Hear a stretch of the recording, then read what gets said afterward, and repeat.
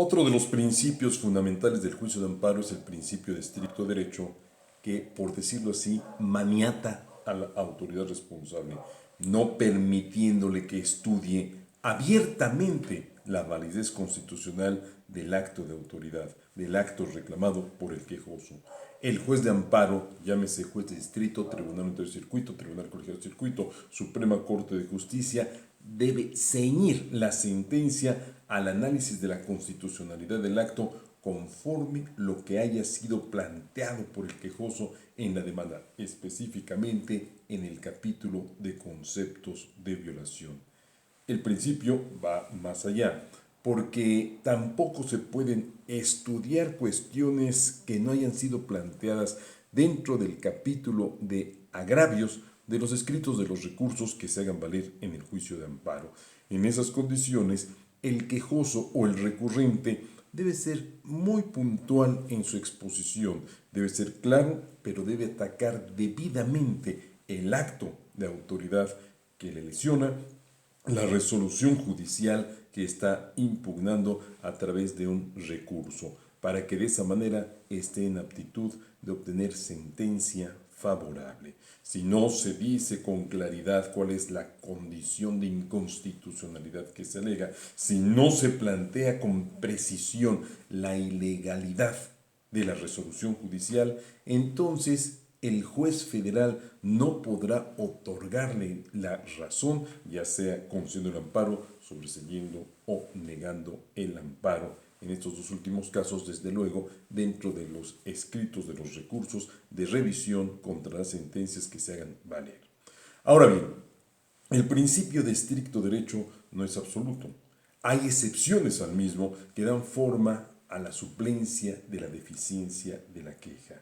El principio está inscrito en el artículo 107, fracción 2, y en este mismo precepto se dice que la ley de amparo regulará el tema de la suplencia de la deficiencia de la queja. El 73 de la ley de amparo alude precisamente al principio y el 79 las excepciones, es decir, la suplencia de la deficiencia de la queja. La suplencia de la deficiencia de la queja opera en amparo en materia de normas generales, nada más que hay que tener mucho cuidado en cómo está previsto este punto por la ley de amparo. La ley de amparo permite al juez de amparo estudiar abiertamente la constitucionalidad del acto concreto de aplicación de una norma si esta norma ya fue declarada inconstitucional en jurisprudencia. Ello a pesar de que no se haya atacado la norma dentro de la demanda de amparo, que no haya sido señalada como acto reclamado. Lo que la ley de amparo prevé es que haya una norma declarada inconstitucional por la Suprema Corte de Justicia de la Nación en su jurisprudencia. Un problema. La Suprema Corte se ha deshecho de una gran cantidad de juicios de amparo de su competencia. Eran competencia de la Suprema Corte de Justicia y se los ha remitido a los tribunales colegiados de circuito los amparos contra normas generales. En esas condiciones va a ser muy difícil que encontremos una ejecutoria, una jurisprudencia de la Suprema Corte de Justicia de la Nación en que declare la inconstitucionalidad de la norma. Vamos a un segundo punto. Tampoco hay necesidad de ser tan claros en la exposición de los conceptos de violación, porque opera la suplencia de la queja en el amparo de los menores de edad. Cuando un menor de edad pide amparo, opera la suplencia de la deficiencia de la queja. También cuando el que es quejoso o recurrente es un incapaz. Dice el artículo 79 de la Ley de Amparo en su segunda fracción, que opera la suplencia en favor de los menores o incapaces o en aquellos casos en que se afecte el orden y desarrollo de la familia. Tenemos entonces una tercera hipótesis de procedencia de la suplencia de la queja. Si el amparo opera en materia de derecho de familia. Dice la ley, cuidado, es muy interesante este punto, en aquellos casos en que se afecte el orden y desarrollo de la familia. No me está diciendo quién va a ser el quejoso, no me está diciendo que el quejoso sea forzosamente la mujer. Cualquiera de los dos que pide el amparo, varón o mujer, tendrá el beneficio de la suplencia de la deficiencia de la queja. Fracción 3. La suplencia opera a favor del imputado y de la víctima.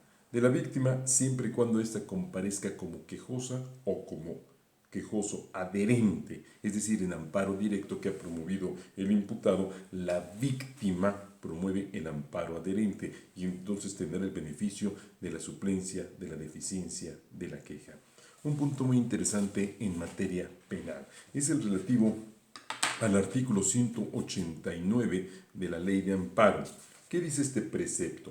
Dice lo siguiente: el órgano jurisdiccional de amparo procederá al estudio de los conceptos de violación atendiendo a su prelación lógica y privilegiando, en todo caso, el estudio de aquellos que, de resultar fundados, redunden en el mayor beneficio para el quejoso.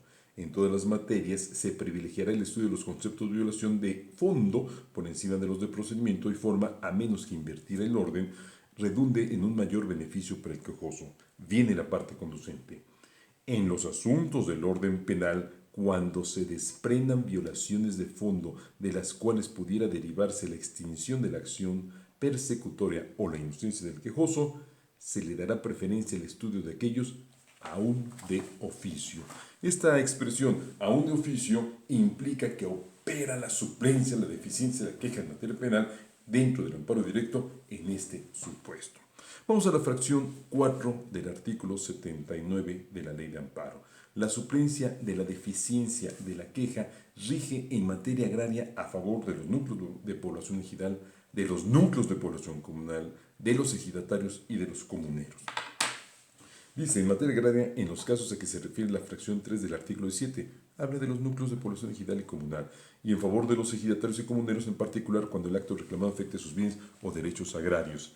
En estos casos, deberá suplirse la deficiencia de la queja, o sea, de la demanda, y de la de exposiciones, comparecencias y alegatos, así como en los recursos que los mismos interpongan con motivo de dichos juicios. Hay una suplencia enorme en este caso en materia agraria, pero solamente a favor de estos sujetos. Si el que promueve el amparo es un pequeño propietario, que además sería un amparo administrativo, no un amparo agrario, pero hay un tercero interesado, que es el núcleo de población ejidal o el núcleo de población comunal, el ejidatario o el comunero, entonces no opera la suplencia a favor de estos sujetos, los pequeños propietarios, pero sí del tercero interesado, que sería precisamente el sujeto que estoy mencionando, el núcleo de población ejidal, el núcleo de población comunal, el ejidatario o el comunero.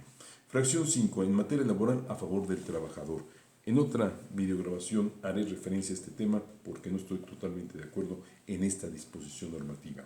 Fracción 6. En otras materias, cuando se advierte que ha habido en contra del quejoso del particular recurrente una violación evidente de la ley que lo haya dejado sin defensa por afectar los derechos previstos en el artículo 1 de esta ley. Abogados, en materia civil, en materia administrativa, si no se ha emplazado a juicio y se ha seguido un juicio en contra del gobernado, se han violado sus derechos de defensa, no hay necesidad de hacer una exposición perfecta para ganar el amparo. Opera la suplencia de la deficiencia de la queja. Por último, en cualquier materia en favor de quienes por sus condiciones de pobreza o marginación se encuentren en clara desventaja social para su defensa en el juicio. Si se determina que una persona carece de recursos económicos, que está marginada, entonces operará la suplencia de la deficiencia de la queja a su favor. Ahora bien, cuando la deficiencia de la queja se da en materia civil y administrativa, debe haberse expuesto algo, deben haberse expresado conceptos de violación o agravios. En las demás materias, aún de la ausencia de conceptos de violación o de agravios, opera la suplencia de la deficiencia de la queja. Nos veremos en un próximo comentario. Muchas gracias, sean felices.